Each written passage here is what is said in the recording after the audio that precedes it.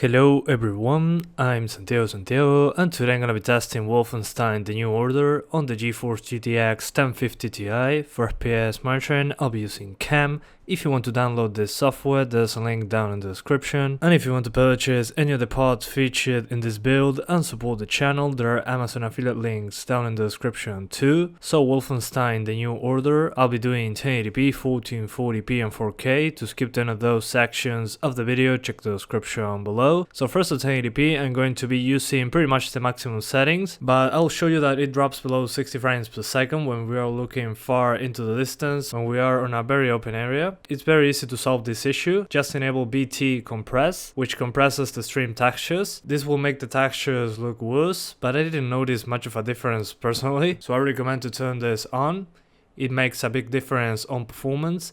This made me go from drops to 40 frames per second on some occasions on 1080p to go to 60 frames per second constant. So yeah, I recommend BT compress to be enabled. Then at 1440p, again, I kept BT compress enabled, and I disabled screen space reflections since that's a big hit to the frame rate. And with that, I was able to be at 60 frames per second no problem, with some drops on very demanding moments. And finally at 4K, it was impossible to hit 60 frames per second constant. So at the beginning I showed you a 30 frames per second configuration, which is the same configuration I use at 1440p.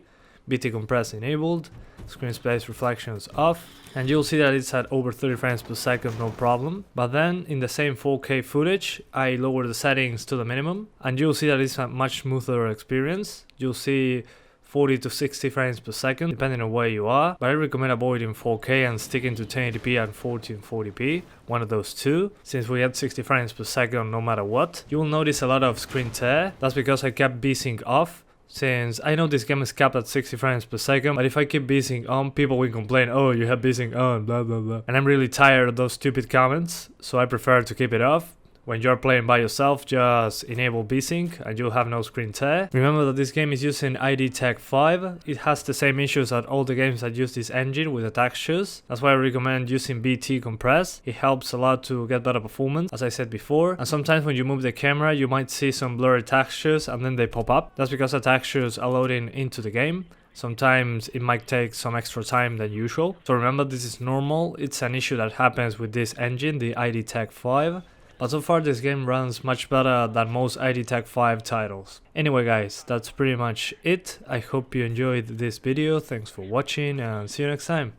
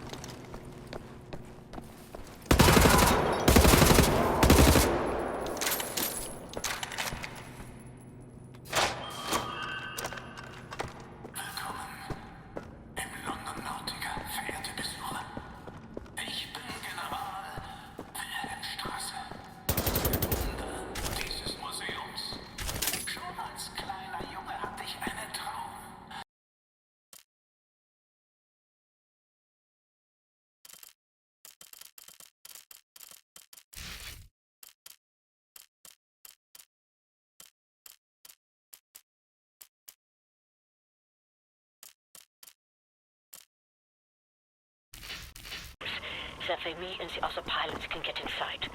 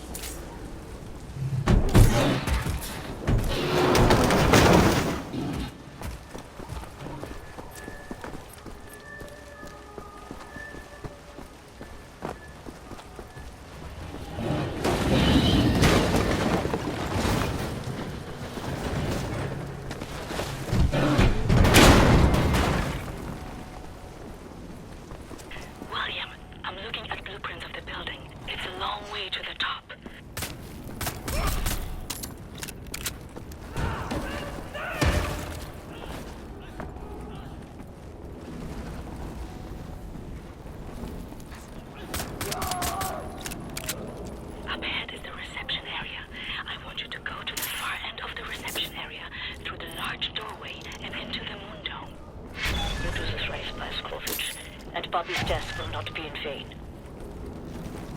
Wind's coming on hard like. Picked a long day for hang gliding.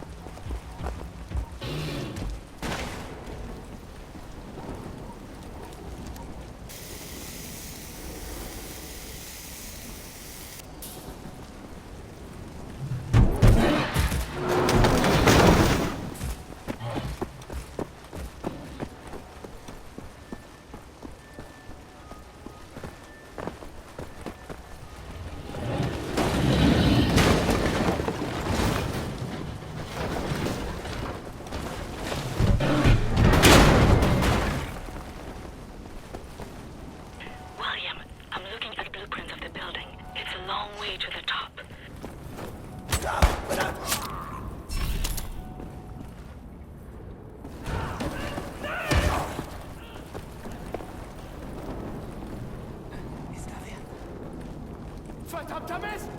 Schieß! Da los! Up ahead is the reception area.